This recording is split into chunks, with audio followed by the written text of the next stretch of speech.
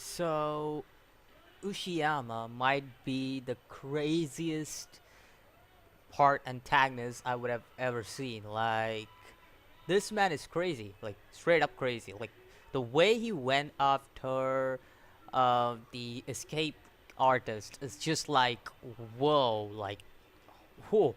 Shirahashi was just look like he was scared the moment he just saw him. And this obviously means he has some history, and all of the prisons are connected in a way because each of them might know each other in a way. So that makes sense why he has history with Ushiyama.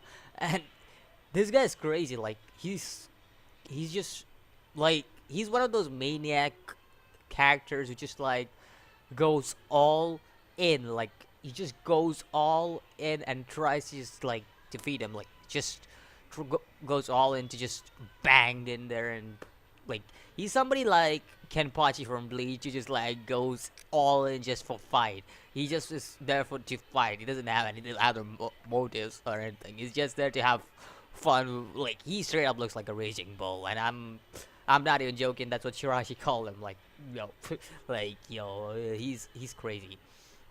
Now, talking about this episode kind of did a lot of good. This was episode was my favorite episode of the series, just because there was a lot of portraying with characters and Surumi's past and stuff, and then also with with the guys who were chasing them in the previous episode, Nihei and I forgot the other guy's name, but yeah, those guys they did a good job with them too, and they also used the environment pretty well. Like for example, the traps and all of them. It kind of justifies like this series is not just your normal daily series. It's gonna do a lot of things different, and this is what I like because it's very realistic. It doesn't look fall into categories of superpowers or anything. It's just very realistic, and it's just so it goes with the flow. Like the story just is so natural to look at it. Now, speaking of this episode, first thing I want to talk about this episode is how well the fight scene at the start was. Like this would legit be a reaction that that an intelligent person would give, and this just shows that Sugimoto is quite intelligent. He is quite intelligent. He's not only called Immortal Sugimoto because he can take on anything and everything just whenever he wants. It kind of also shows that this man is quite intelligent. Just now, the the reason I say Sugimoto is a very intelligent character is because, first of all, in the first fight, like Sugimoto is like, do it, like just give up, because he kind of knew what Shirahashi was capable of doing because he has already seen Shirahashi's skill set, and Shirahashi, you could even see him nodding. He's like, oh, I understand what you mean. Okay, so you could see that it kind of gives Sugimoto this. It kind of shows that Sugimoto is not just any character who's just not called immortal just because he is like, okay, he's just there because he goes in raging and fighting. Obviously goes just that too, but at the same time he's quite an intelligent character too. He's not like just some dumb protagonist who goes in all in just to fight. He's quite intelligent too, and this part of it shows him too. Like they haven't shown this since like the bear episode, if you remember. Like if you remember how he went into the bear den in episode 3 or 4, I think so. So it just shows from like so many episodes, like this man is not like anything close to dumb. He's quite intelligent. Now, a lot talking about intelligence. Like, let's talk about Nihei right now. Like, this man, he was so obsessed, like, with hunting the white wolf, that he like legit. This guy is dying. Like his partner is dying, and he's literally not doing anything. He's literally not doing anything for him, and he's like, "I'll hunt the white wolf for you." I'm like, my dude, but your partner, he's dying out there. Like he's a partner, and it's just like it's something like yeah. I mean, yeah, the poison was stopped, but yeah, Shripa said that it'll be pretty hard uh to for him to survive if he stays here. Like She literally says that, but instead, this man just goes in and he's like, I'll hunt the white wolf for you. And I understand why he would say that, because hunters would just hunters obviously will be obsessed with their hunt rather than with their just your normal little life. But yeah, like helping friends and stuff. But yeah, yeah. Still, he's your partner. He was helping you so far, and you just leave him alone. That's just something that makes kind of just gets me a little ticked off on the idea. I again, I understand why he did that, but it just takes it a little off for me just because of that. And anyways, the usage of how they use the environment to show that okay, this there are traps in this forest. This is not just any forest. There are actually traps in your forest. It kind of also shows that how environment in the forest can be when you go for a hunt, like a regular hunting forest. This is how the mostly environment can be. It also shows that. Now talking about forests.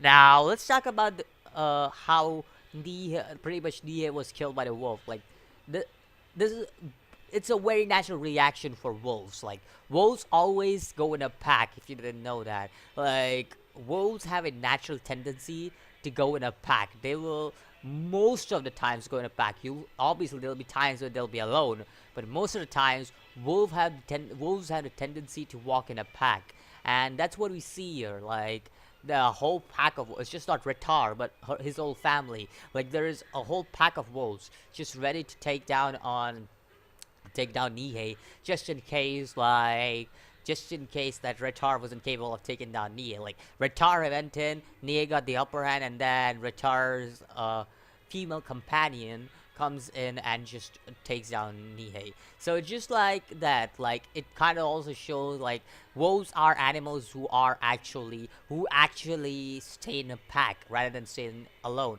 Like that's the reason why they have the call sign. They just don't bark all alone like just because they do. They mostly wolves howl because they mostly does because either they're calling for a pack, it's the mating call, or it is or somebody close to them dies. That's basically three of the reasons why will basically howl at night, or else I forgot what it's called, but there's something that is called due to which the wolves howl at night. So it was very natural for them like to do this, and we could see that Ritar also left Ashripa because he had a family to take care of. So basically, he went after the family. So that happens.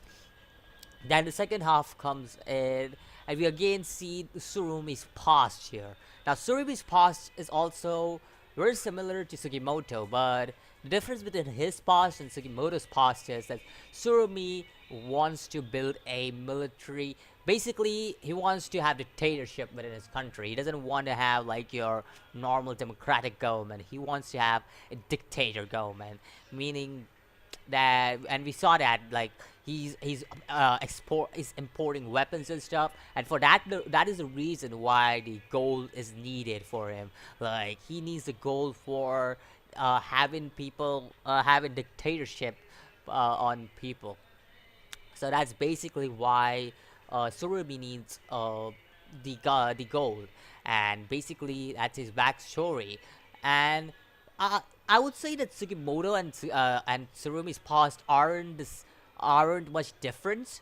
The only things that is different is their motives, because Sugimoto wants to save his best friend's like Washigyu, his best friend's wife, her vision back, while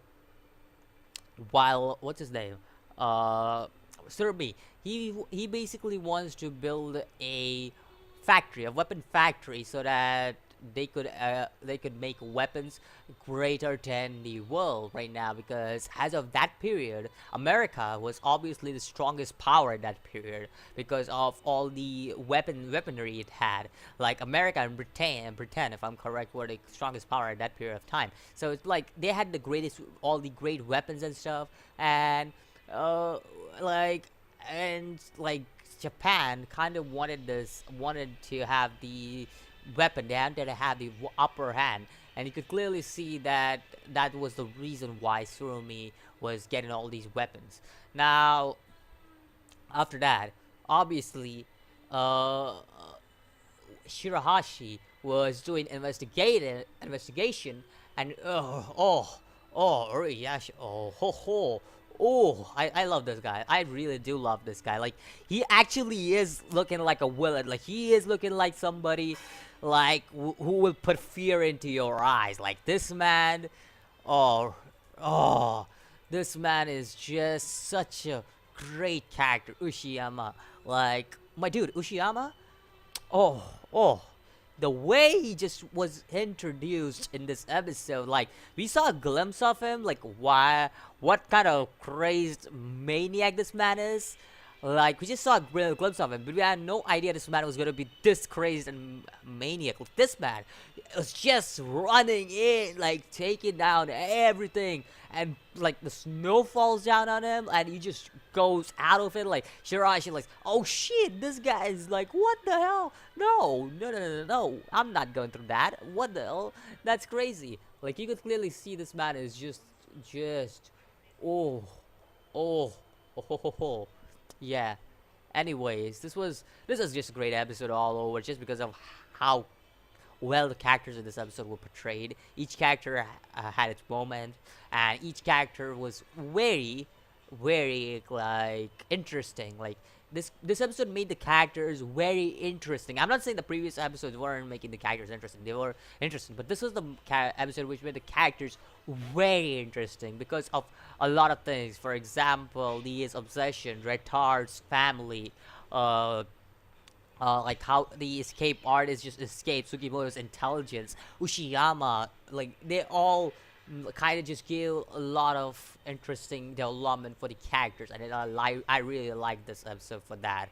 And most probably this will be my favorite episode for quite some time, because obviously my favorite episode was, if I'm correct, let me remember, episode 4, I think so, episode 4, episode 3, like or something around that point. But yeah, like my episode was one of those episodes. But yo, like this episode was fantastic. It was fantastic. Like, no, it was episode 5, because that's when Sugimoto went in and like took down all the twins. Like he killed one of the two twins.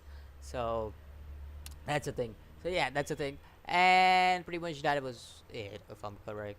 Yeah, this was my favorite episode so far. Let me know what you think about this episode of Golden Kamuy. Let me know what you think about Sugimoto as a character. How is he developing? With and also the chemistry that goes between Ashripa and Sugimoto. And let me know what do you think about Retar of this episode. Let me know what do you think about Ushiyama. And also let me know what is your favorite episode so far in the series. Anybody can say it. Manga readers, you can say what your favorite episode is, and also anime onies can also say what your favorite episode is. And I'll see you in the next video. As always, peace.